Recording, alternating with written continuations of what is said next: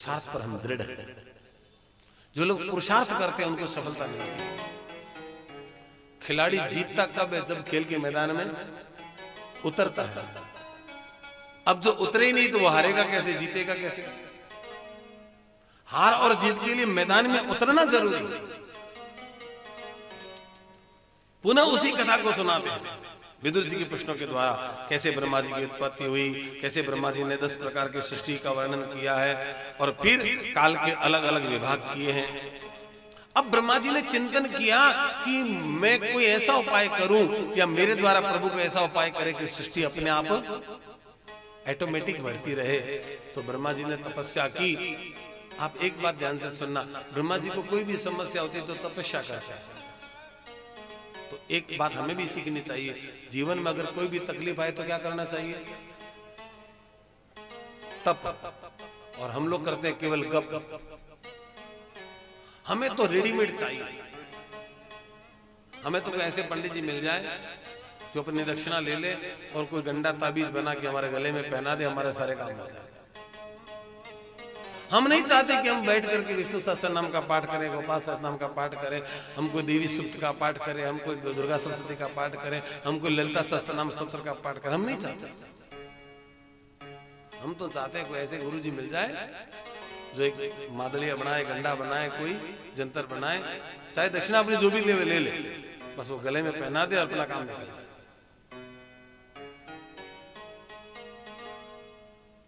हो भी सकता है ऐसा, कोई पंडित जी अपने पुण्य के द्वारा ऐसा कर भी सकते हैं, पर वो क्षणिक है।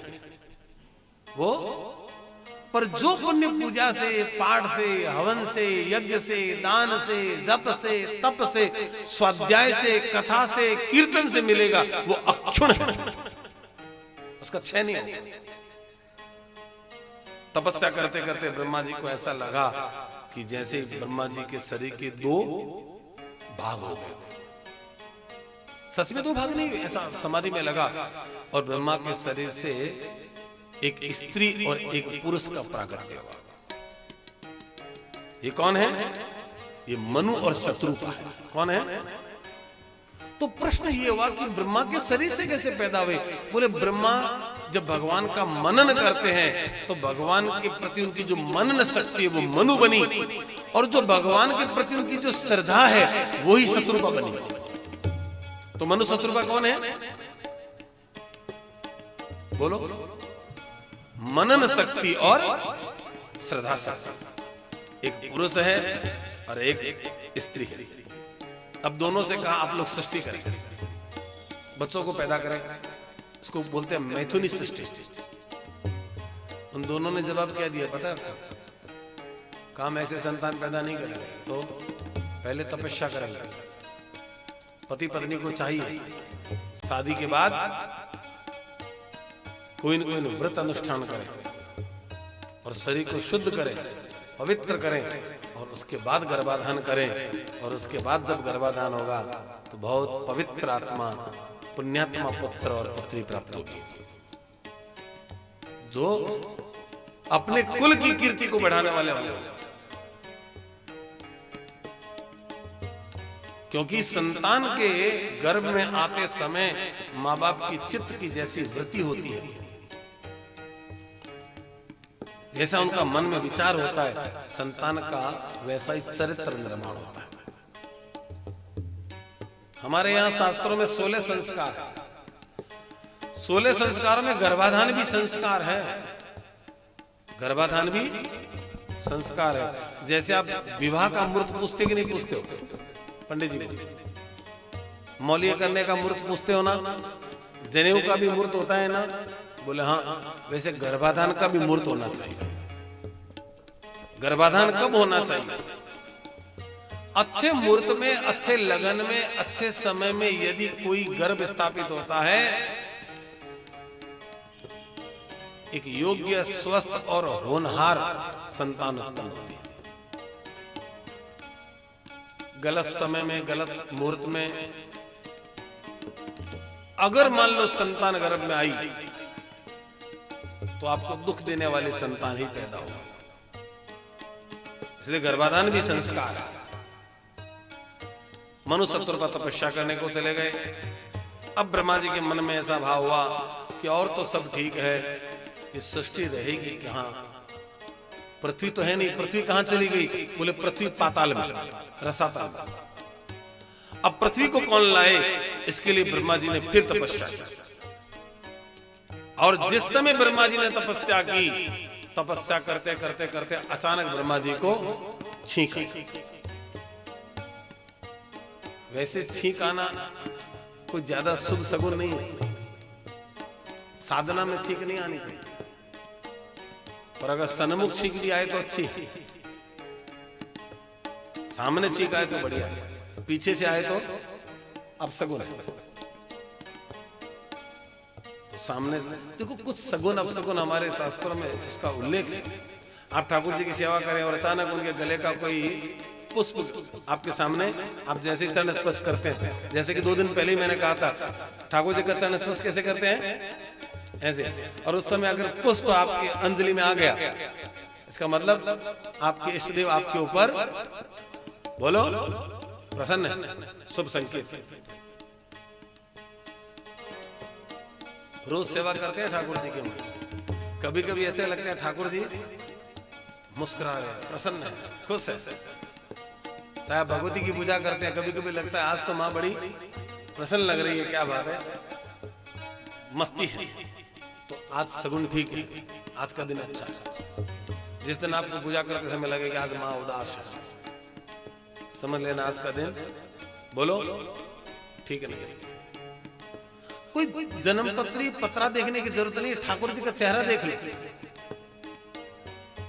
वो सब बताता आज का दिन कैसा है। ठाकुर जी खुद बोलते हैं आज का दिन अच्छा है। और जैसे ही छींक आई तो उनको लगा कि उनके नाक से कुछ निकला है। क्या निकला? अरे कुछ निकला तो था, क्या निकला? दिखा दिखा दिखा विशाल सुअर,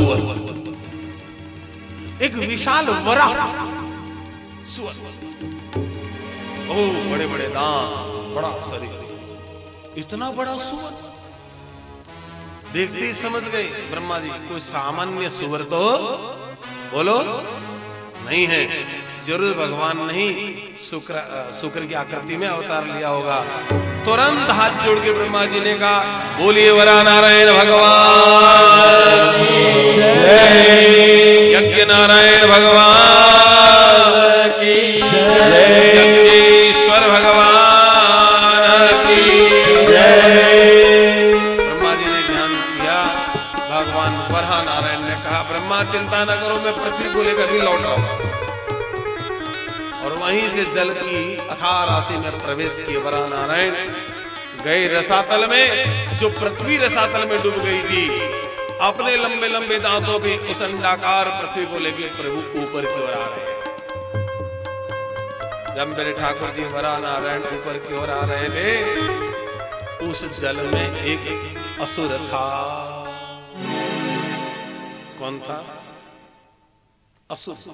अब मन में प्रश्न ये हुआ, अभी सृष्टि पूरी बनी नहीं, ये असुर कहां से आ गया?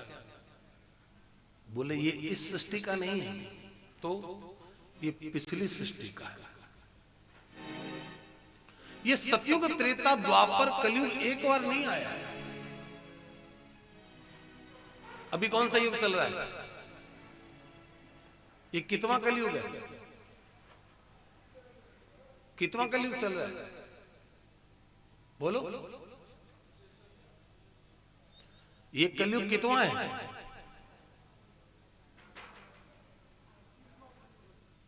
ना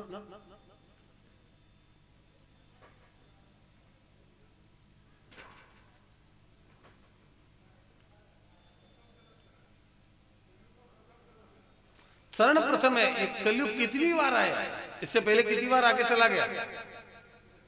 ना ना ऐसा नहीं। यहां हमारे काल की गणना है बाबा। कलयुग की उम्र है 4,32,000 वर्ष, उससे दुगना है 8,64,000 वर्ष का द्वापर युग, उससे दुगना है त्रेता युग, उससे दुगना है सतयुग। ये चारों को जब हम मिलाते हैं तो एक युग बनता है, चतुर्युगी। और ऐसी चतुर्युगी एक बार आई, 2 बार आई, 3 बार आई, 4 बार आई, 27 बार ये चक्र पूरा होगा। ये 28वां चक्र चल रहा है। जब पंडित जी संकल्प करवाते हैं तो बोलते हैं अष्टाविंशतितमे, ये 28वां कलयुग है, कलि प्रथम चरणे। और 28वें कलयुग का ये पहला चरण है। 4,32,000 वर्षों का कलयुग, करीबन 5,500 वर्ष निकले। अभी तो कलयुग में बहुत कृपा है ठाकुर, करीबन 4,00,000 27,000-28,000 वर्ष पड़े हैं, आराम से टाइम निकले। 28वां कलयुग है। तो ये जो असुर था ये पिछली चतुर्थी का था, जल में डूबा था। इसने भगवान को रोका कि पृथ्वी को कहां ले जा रहे हो, मैं पृथ्वी का पति हूं। भगवान ने कहा मूर्ख, तुम पृथ्वी पति नहीं हो। कितने लोगों को यह अभिमान है कि हम लक्ष्मीपति हैं, हम पृथ्वीपति हैं। अरे लक्ष्मी के पति तो केवल एक ही है। कौन? भगवान नारायण की कितनी पत्नियां हैं? भगवान नारायण की कितनी पत्नियां हैं? बस एक ही है। भगवान नारायण की 2 पत्नियां हैं, 2 पत्नियां। इन्होंने पहले गिरिराज जी में कथा सुन रखी है। भगवान नारायण की 2 पत्नियां हैं। एक का नाम है श्री देवी, दूसरे का नाम है भूदेवी। भूदेवी माने ये भूपति भी है और स्त्रीपति भी है। 2 पत्नियां हैं। कहां रहती है दोनों?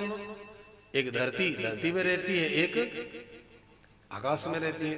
वहां रहती है, इसका नाम श्री देवी, और यहां रहती है, इसका नाम भूदेवी। तो भगवान अवतार क्यों लेते हैं? जब भूदेवी से मिलने की इच्छा हो जाती है तो बोलो तो सही, कभी दूसरी वाली पत्नी से मिलने की इच्छा होती है तो कभी राम बन के, कभी श्याम बन के आ जाते हैं दूसरी वाली पत्नी से मिलने के लिए। अवतार का मतलब यही है, अवतारति इति अवतार, जो उतर करके नीचे आए वो अवतार है। ऊपर रहते हैं लक्ष्मी के साथ में, श्री के साथ में, और जब कभी नीचे उतर के आते हैं, उतरने का नाम है अवतार। और फिर अपनी पत्नी, नीचे वाली जो पत्नी है भूमि, उससे मिलने को आते हैं। लोग क्या कहते हैं? रावण को मारने के लिए राम जी आए। अरे बताओ, राम जी के पास इतनी शक्ति है कि रावण को वहीं से सिया पर रामचंद्र विजय कर दे। कंस को मारने के लिए कृष्ण नहीं आए। कंस तो एक बहाना है, रावण एक बहाना है। वो तो अपनी भूदेवी से मिलने को आए थे। अच्छा, जब आए हैं तो 2-3 काम निपटा के जाएंगे, कोई बहाना भी तो होना चाहिए ना।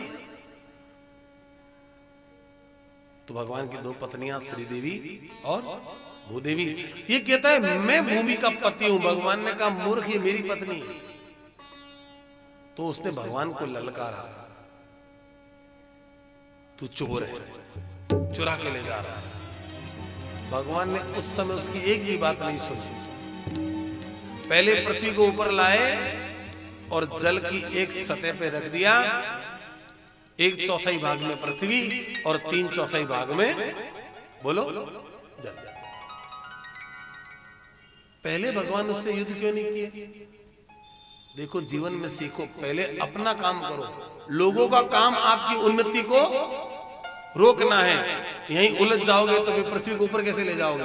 पहले अपना काम किया, फिर हिरण्याक्ष के साथ में युद्ध किया, और युद्ध किया तो ऐसा किया, वो हिरण्याक्ष असुर इतना बलवान था कि देवता भी उससे घबराते थे।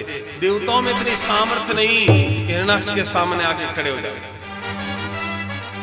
पर आज जब हिरण्याक्ष के साथ भगवान ने युद्ध किया, इतना भयंकर युद्ध था। हिरणाक्ष कोई सामान्य व्यक्ति नहीं है, बहुत बलवान है। जब मेरे प्रभु हिरणाक्ष से युद्ध कर रहे थे, युद्ध करते करते युद्ध का जब कोई परिणाम नहीं निकल रहा था, तब देवताओं ने भगवान से कहा, प्रभु इस असुर के साथ इतना मत खेलो, इसको जल्दी मार दो। भगवान ने कहा, जल्दी मारने में क्या फायदा है?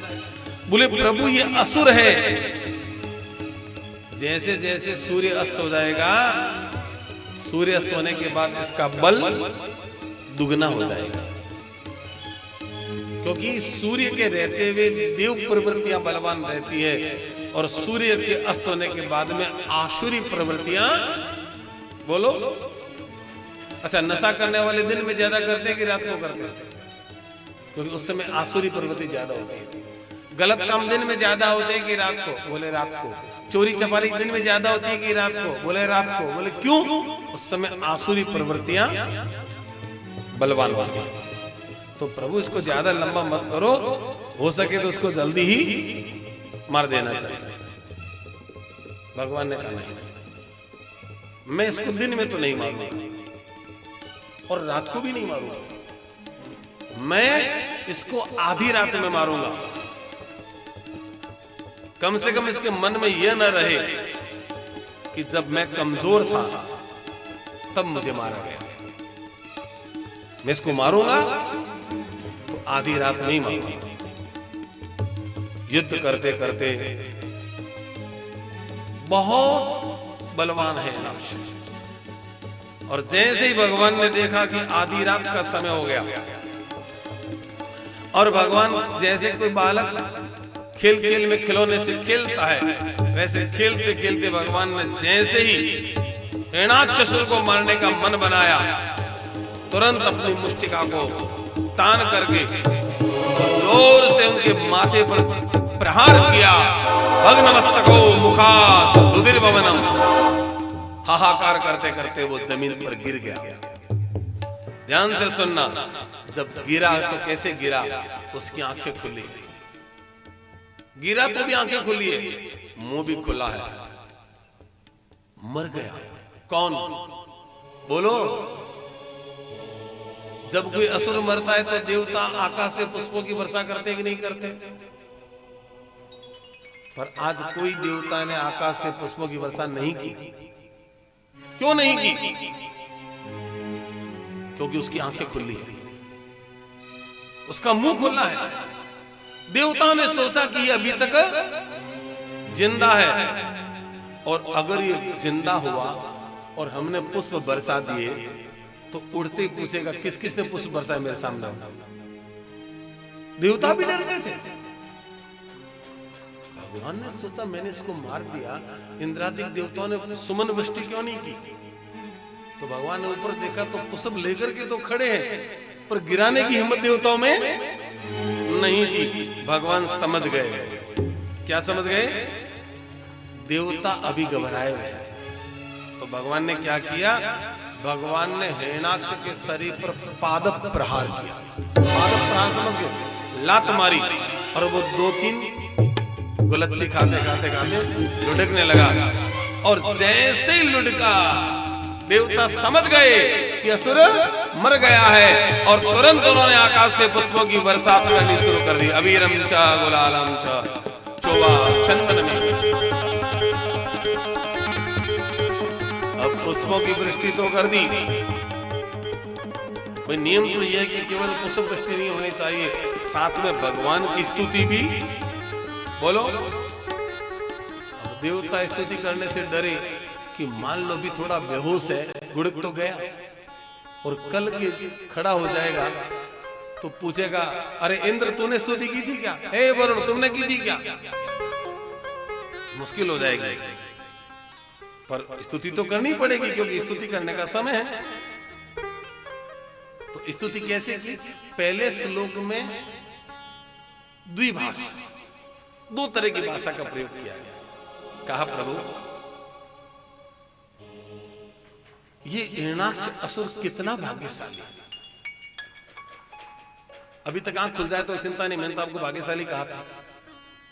देखो देखो महाराज कितना भाग्यशाली है। यम योगिनम योग समाधिनम रहो ध्यायन्ति लिंगाद सतो मुमुक्षवः। बड़े बड़े सिद्ध, बड़े बड़े संत, बड़े बड़े महात्मा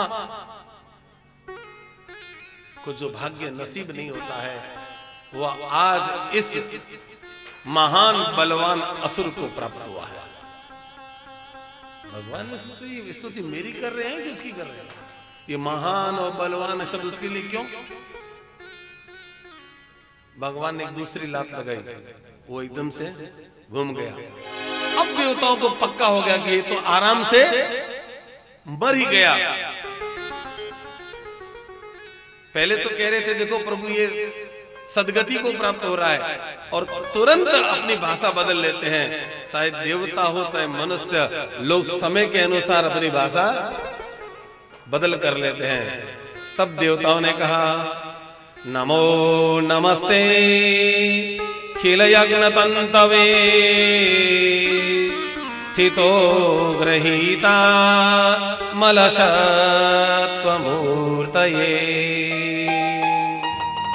दिष्टया हतोऽयं जगता मरुतुदस्त्वा पादा भक्त्या वयमीश निर्वृताताः। हे अखिल यज्ञ, हे यज्ञ नारायण भगवान, हम देवता आपको प्रणाम करते हैं। मैत्रेय जी कहते हैं विदुर फिर देवताओं ने भगवान की स्तुति की, अलग अलग नामों से भगवान को पुकार करके कहा हे प्रभु हम आपको नमस्कार करते हैं। तो भगवान ने देवताओं को शुभ आशीर्वाद दिया, और भगवान समझते हैं देवताओं के भय को। देवताओं में जो भय था उसको मेरे प्रभु जानते थे कि देवताओं के मन में कैसा भय है। आज देवताओं को भय मुक्त किया। वराह नारायण भगवान ने पृथ्वी को स्थापित किया है, और उसके बाद वराह नारायण भगवान के शरीर के जो अंग थे वो सब यज्ञ पात्र बन गए। यज्ञ में जो पात्र है ना, सूची है, सर्वा है, प्रणीता है, प्रोक्षणी है, ये सब वराह नारायण भगवान के शरीर के अंग वो यज्ञ पात्र बन गए। अब हिरण्याक्षसुर मरा,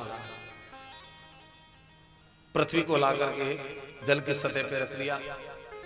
आज भी संसार में 3/4 भाग में जल है और 1/4 भाग में बोलो पृथ्वी है।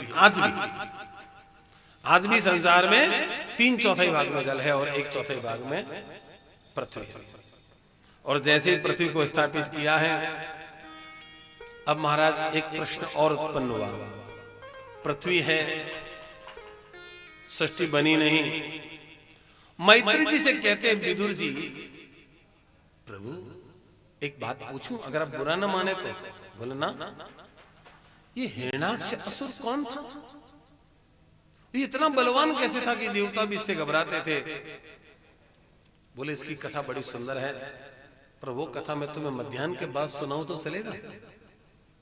कहा महाराज अभी सुना दो ना, भूख जब लगी होती है तब भोजन करने का मातम्य ज्यादा है, और अभी तो आपके पास 5 मिनट है ना, तो 5 मिनट भी सुना दो। सुनाए? बोला हाँ सुनो। भगवान के बैकुंठ में 2 द्वारपाल है, एक का नाम जय, दूसरे का नाम विजय। बैकुंठ के द्वारपाल है तो आप समझो थोड़ा अभिमान आना। बोलो, अरे राष्ट्रपति भवन का जो चपरासी होता है ना, वो भी अपने आप को मंत्री से कम नहीं समझता है। अच्छा, वहां का पियोन भी कहता है मैंने कई राष्ट्रपति अपने हाथ से निकाल दिए, मेरे हाथों से कई राष्ट्रपति निकल गए, क्योंकि उसको तो 60 वर्ष तक नौकरी करनी है। राष्ट्रपति 5 साल के लिए आते, अगर 30 साल भी नौकरी करे तो 6×5 = 30। तो मेरे हाथों से ये राष्ट्रपति निकले हैं, उसको लगता है राष्ट्रपति मेरे हाथों से निकले, तो हो जाता है। कोई करता नहीं है, हो जाता है। जय विजय को लगा हम तो बैकुंठ में रहते हैं, दिन भर भगवान को देखते रहते हैं, लक्ष्मी जी आती जाती रहती है, हमारे लिए तो सब कॉमन बात है। ऐसी कथा आती है कि जय विजय को बहुत अभिमान हो गया, और अभिमान हुआ सो तो हुआ। एक दिन ऐसा भी हुआ कि एक दिन भगवान नहा करके निकले थे, तो भगवान के कोई उत्तरीय वस्त्र पहना हुआ नहीं था। उत्तरीय वस्त्र समझ गए? ऊपर का कपड़ा। उस ऊपर के कपड़े को कहते हैं उत्तरीय वस्त्र, और नीचे के कपड़े को कहते हैं अधोवस्त्र। तो प्रभु ने अधोवस्त्र तो धारण किया था, उत्तरीय वस्त्र अभी नहा करके निकले थे तो नहीं पहना हुआ था। तो जय विजय ने भगवान को पहली बार ऐसा देखा, तो आपस में बातें क्या करते हैं, जय प्रभु कोई इतने तगड़े तो नहीं है कि लोग इतने से डरते हैं। इनकी बॉडी के स्ट्रक्चर को देख के ऐसा लगता नहीं कि बहुत तगड़े हैं, पता नहीं लोग इनसे क्यों डरते हैं। विजय ने कहा बात तो ठीक कहता है, अगर हमसे कुश्ती लड़े तो हम इनको 1 मिनट में ही पटकनी लगा दे। जय ने कहा तू 1 मिनट कहता है, मैं तो आधे मिनट में इनको पटकनी लगा दूं। हो दोनों बड़े बड़े ख्वाब देख रहे थे, बातें कर रहे थे। मेरे ठाकुर जी तो गटगट की बात को जानते हैं। प्रभु को अपने रूम में बैठे बैठे हंसी आई, देखो जय विजय की मती मारी गई। आराम से यहाँ रह रहे थे, अभिमान हो गया इनको तो। चलो भक्तवंशा कल्पतरु, भगवान तो भक्त की इच्छाओं की पूर्ति करते हैं। अब इनकी कुश्ती लड़ने की इच्छा ही हो गई है, तो मुझे इनकी इच्छाओं की पूर्ति भी करनी है। तब यहां रहेंगे तो कुश्ती नहीं होगी, तब इनको यहां से बोलो हटाना पड़ेगा। पर भगवान जहां पौधा लगाते उसको कभी काटते नहीं है। मैं अपने सेवकों को कैसे हटाऊं? भगवान की भी गाड़ी अटक गई, और जहां मेरे प्रभु की गाड़ी अटक जाती है तो वहां भगवान ब्राह्मणों को काम में लेते हैं। भगवान का अटका काम ब्राह्मण निकालते हैं। फिर भगवान तो भूल गए इस बात को, चलो कोई बात नहीं। एक दिन भगवान ने कहा जय विजय से मैं थोड़ा सो रहा हूं, और कोई आवे तो उसको कह देना कि अभी अंदर नहीं जा सकता। कोई तो आए नहीं, लक्ष्मी जी आ गई। वो जैसे अंदर जाने लगी, जय विजय ने उनको रोक दिया, नो एंट्री। लक्ष्मी जी ने कहा मुझे रोक रहे हैं आप? जय विजय मेरा घर है। बोले भगवान ने कहा कोई नहीं आया। अरे कोई के लिए कहा, मैं तो कोई नहीं हूं, मैं तो घर की हूं। बोले ना आपको कहीं नहीं जाना, यहीं रहना है। लक्ष्मी ने कहा लो मेरे घर में मुझे बाहर खड़ा कर दिया। लक्ष्मी जी को बड़ा गुस्सा है, और आना स्वाभाविक था। अगर आप भी इस जगह होते तो आपको भी तो शायद आता कि नहीं आता। हमारा नौकर हमें कहता है घर में मत जाओ, हमारे ही घर है। लक्ष्मी जी तो पसीना पसीना हो गई, कारण आज लक्ष्मी जी को वेट करना पड़ रहा है। दुनिया में लोग लक्ष्मी के लिए वेट करते हैं, लक्ष्मी किसी का इंतजार है? बोलो तो सही। पर ठाकुर जी के घर में लक्ष्मी जी को भी इंतजार करना पड़ा। अब लक्ष्मी जी को बड़ा गुस्सा आ रहा है, प्रभु इतनी देर सोए हैं, उठे ही नहीं, कब उठेंगे, मैं परेशान हो रही हूं। और भगवान अंदर जाग रहे थे, इनको बड़ा मजा आ रहा था, आज तो सेठानी बहुत परेशान हो रही है। और जैसे ही थोड़ी देर में भगवान उठे, दरवाजा खोला, जय विजय को पूछा जय विजय लक्ष्मी जी नहीं आई? बोले आ गई। कहां है? भगवान ने बुलाया जाओ। ओहो लक्ष्मी जी भगवान के सामने गई। अब बताओ कितना क्रोध किया होगा।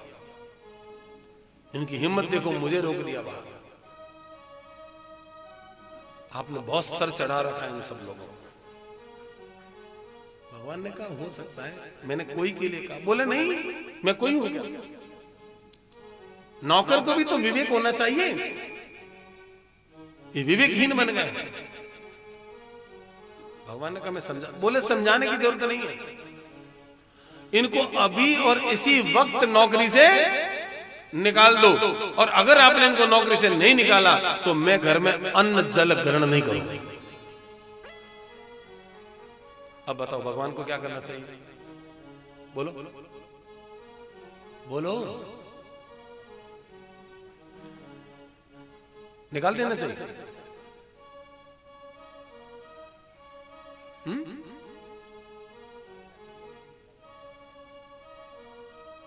भगवान ने सोचा लक्ष्मी जी इतने गुस्से में और मैं इनको निकाल दूंगा तो कल समाज में क्या संदेश जाएगा कि भगवान अपनी पत्नी से बोलो डरते तो सब है, भगवान क्या डरते, सब डरते हैं। ये डर जिसको आप कहते हो डर नहीं है, ये स्त्री का सम्मान। पर जो विरोधी पक्ष के लोग हैं उनको तो खबर मिल जाएगी ना, भाई भगवान के भी तो विरोधी थे उस जमाने में, वो तो टीवी में न्यूज चला देते। अभी भी न्यूज मिली है कि भगवान भी अपनी पत्नी से डरते हैं। विरोधियों को तो कोई कोई बहाना चाहिए, तो भगवान ने कहा ऐसा मौका ही नहीं देना चाहिए विरोधियों को। भगवान ने कहा देखो लक्ष्मी, आज के आज तो मैं इनको नहीं हटा सकता, तुम एक काम करो, मुझे 48 घंटे का टाइम दे दो। कितना? 48 घंटा, 48 घंटा 48 मिनट्स।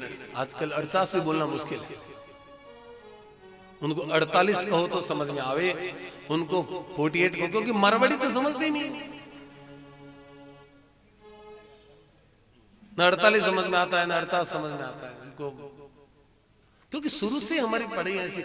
मम्मियां अपने बच्चे को पहले सिखाती है काऊ, फिर कहते हैं काऊ को गाय कहते हैं। अरे पहले सीखा गाय, उसको कहो गाय को काऊ कहते हैं, सिखाती उल्टी है। केले को बनाना बताती है, कहते बनाना को बेटा हिंदी में केला कहते हैं। अरे पहले के इसको केला कहते हैं, केले को अंग्रेजी में बनाना कहते हैं। शिक्षा पद्धति उल्टी हो गई हमारी। और इन मम्मियों को तो क्या अंग्रेजी का चस्का लगा है पता नहीं। ये तो चाहती है मेरा बेटा पैदा हुए तो अंग्रेजी में ही रोए, इनका बच्चा तो पैदा हुए तो अंग्रेजी में रोते रोते पैदा हो गया।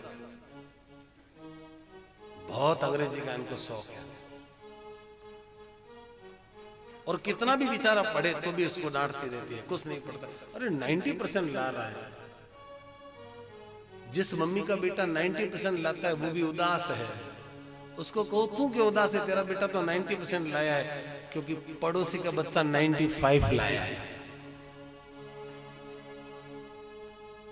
तो हम 95 वाले के घर गए, बधाई हो आपका बेटा 95 लाया है। बोले क्या हो गया, मेरी आंटी है उसका लड़का 98 लाया है।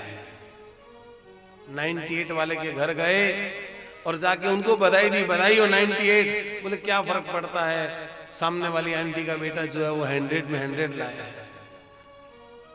इन मम्मियों की किस्मत में खुशी मनाना लिखा हुआ नहीं है। जब हम पढ़ते थे हमारी माँ के तो खुशी लिखी हुई थी। हम तो जब स्कूल में पास होते थे तो घर में माता जी के नारियल सुधारते थे, पितरों के प्रसाद चढ़ाते थे। बोले क्या, बोले छोरो पास हो गयो।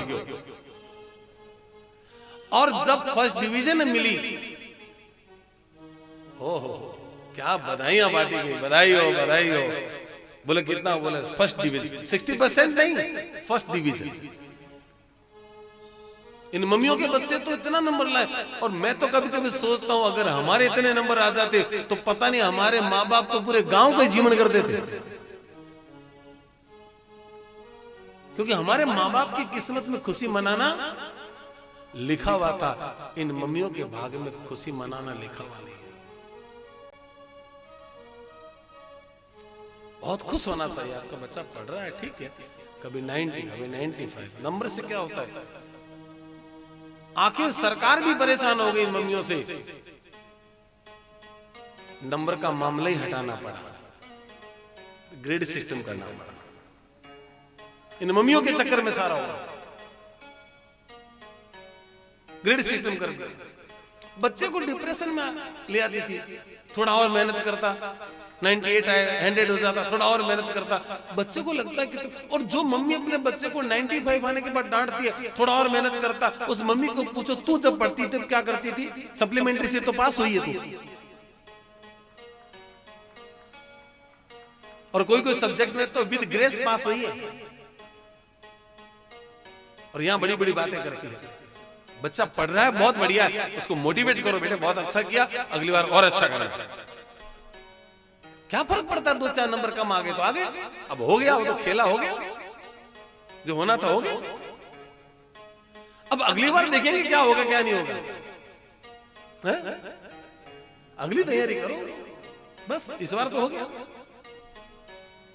बी पॉजिटिव, मम्मियों से कहता हूं बी पॉजिटिव। और कितना भी ग्रेड लेके आ जाए, ग्रेड से एडमिशन नहीं होता आजकल। चाहे आपको पीएमटी करना है, चाहे आपको कोई भी एग्जाम करना है, आईएएम का करना है, आपको उसमें भी जाकर के एंट्रेंस का एग्जाम तो देना ही पड़ेगा। और बहुत बार ऐसा भी हमने देखा है, A+ ग्रेड लाने वालों का सिलेक्शन नहीं होता है और बी वाले उसमें एडमिट हो जाते हैं। ये सब भाग्य की बात है। भाग्यम फलति सर्वत्र न विद्या न च पौरुषम।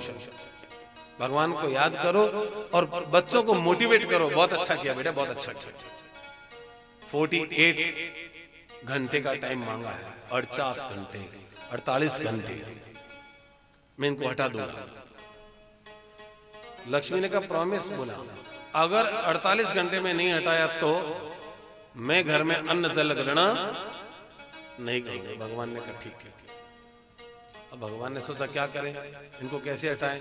तो भगवान ने सनत कुमारों को प्रेरणा करी और दूसरे दिन ही सनत कुमार आ गए।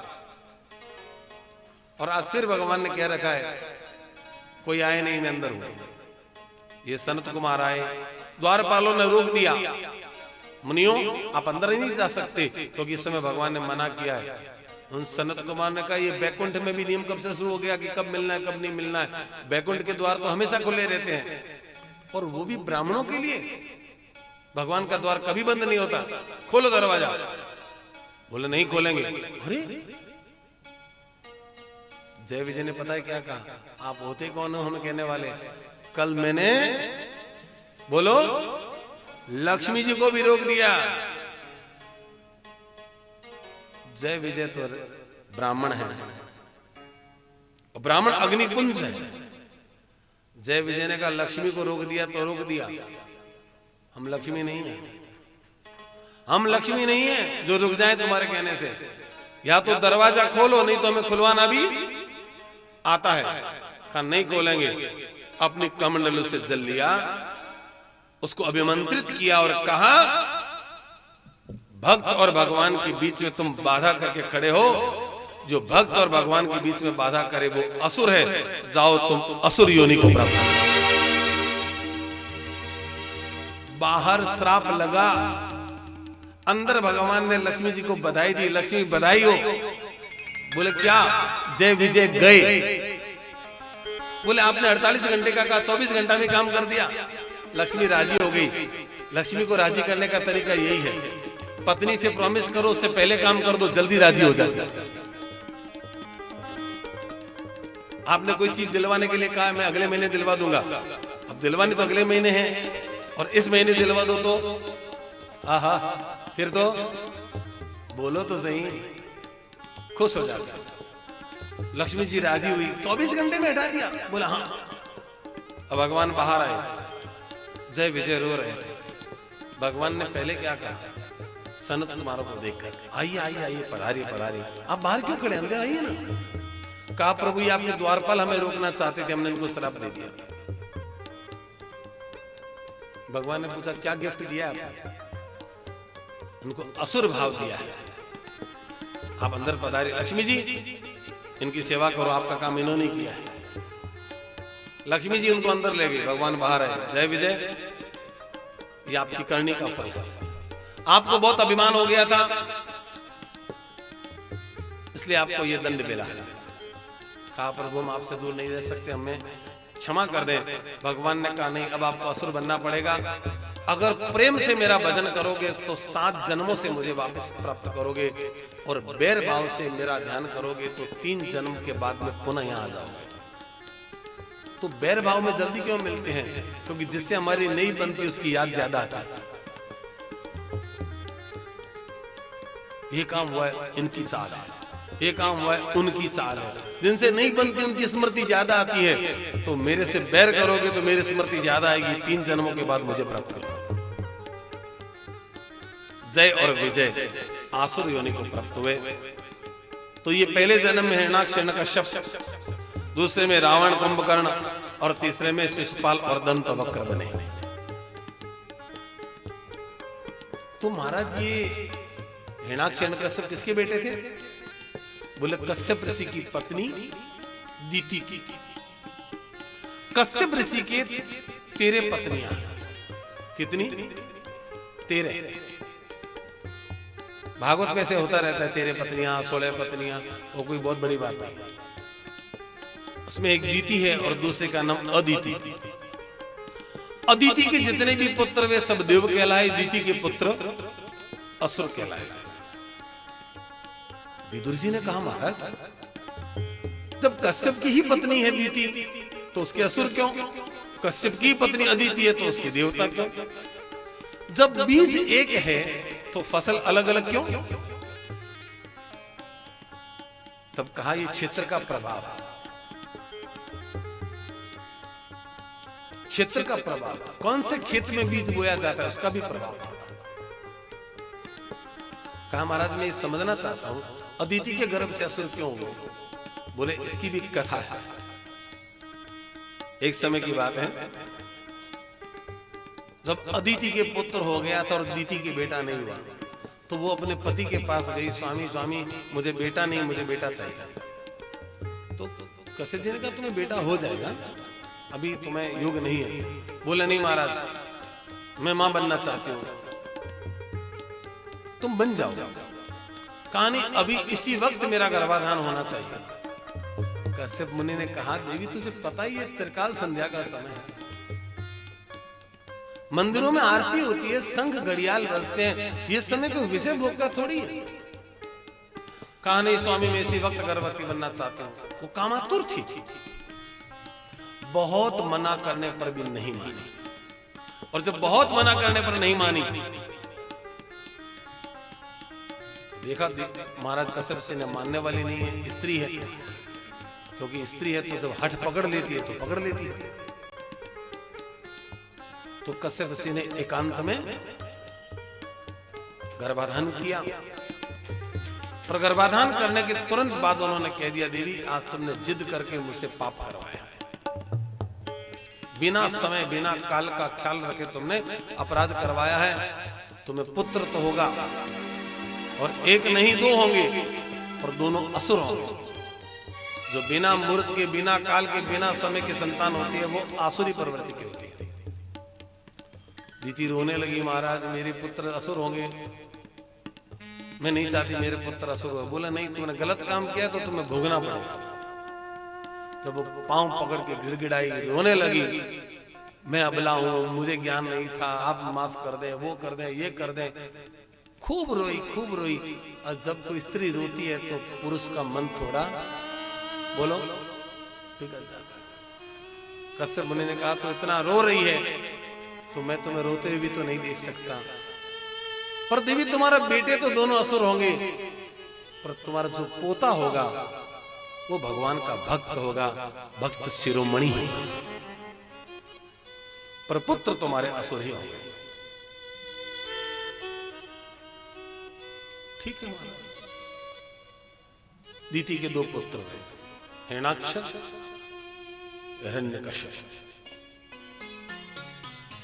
इसीलिए कथा सिखाती है कि त्रिकाल संध्या के समय, सज्जनों ध्यान से सुनना, त्रिकाल संध्या का समय हो उस समय क्या क्या नहीं करना चाहिए। एक तो त्रिकाल संध्या के समय भोजन नहीं करना चाहिए। भोजन या तो संध्या की बेला से थोड़ा पहले कर लो और या संध्या आरती हो जाए उसके 5 मिनट बाद करो। दूसरा काम, त्रिकाल संध्या के समय सोना नहीं चाहिए। बीमार व्यक्ति है तो बात अलग है, सोना नहीं चाहिए। पांव पसार करके नहीं बैठना चाहिए, विषय भोग नहीं करना चाहिए। यहां तक लिख दिया महाराज कि विद्यार्थी को अध्ययन भी नहीं करना चाहिए। 2 मिनट के लिए उसको किताब बंद करके खड़े हो जाना चाहिए। क्यों? बोले त्रिकाल संध्या के समय आकाश मार्ग से रुद्रगण जाते हैं, रुद्रों का समय है वो, और जिस समय हमें पता है इस समय रुद्र देवता आकाश से जाएंगे और उस समय हम दूसरे काम में लगते हैं, इसका मतलब उनका अपमान है। 2 घड़ी के लिए नदियों का पानी भी रुक जाता है। हमें ध्यान रखना चाहिए। हिरण्याक्ष हिरण्यकश्यप दो पुत्र वे थे, और इन्हीं हिरण्याक्ष हिरण्यकश्यप की कथा में हमने आपको हिरण्याक्ष वध का प्रसंग तो सुनाया, हिरण्यकश्यप की कथा बाद में आएगी। अब महाराज मनु शतरूपा ने संसार में धर्म का पालन किया। मनु जी महाराज की 3 बेटियां हुई, देवहूति, आकुति और प्रसूति, और 2 पुत्र वे प्रियव्रत और उत्तानोपाद, जिनके चरित्रों की कथा हम मध्यान्होत्तर कथा में बड़े भाव और प्रेम के साथ करेंगे। मनुपुत्री, देवहूति, आकुति और प्रसूति की कथा भाव और प्रेम से मध्याह्न के बाद में हम लोग इन पे खूब चर्चा करेंगे, बड़े मन भाव से। तब तक के लिए मध्याह्न काल है। आइए भाव और प्रेम से 1 मिनट का भगवान नाम संकीर्तन। जो करते रहोगे भजन धीरे धीरे, भजन धीरे धीरे, तो मिल जाएगा वो रतन धीरे धीरे, रतन धीरे धीरे। जो करते रहोगे भजन धीरे धीरे, भजन धीरे धीरे, तो मिल जाएगा वो रतन धीरे धीरे, रतन धीरे धीरे।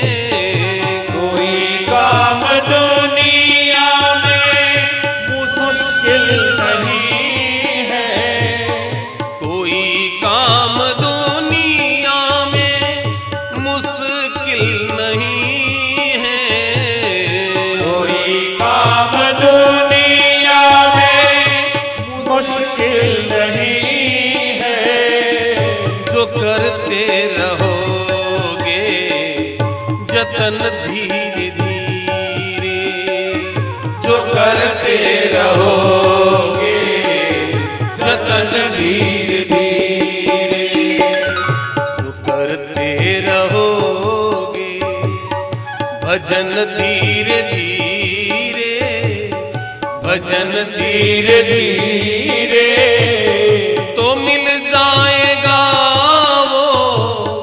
प्रभु धीरे धीरे, प्रभु धीरे धीरे, हरि धीरे धीरे, हरि धीरे धीरे, हरि धीरे धीरे, हरि धीरे धीरे।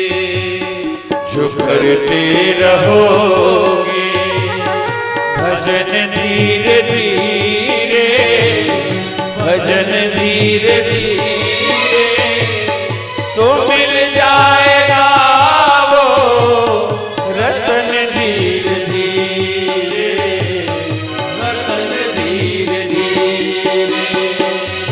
जो करते रहो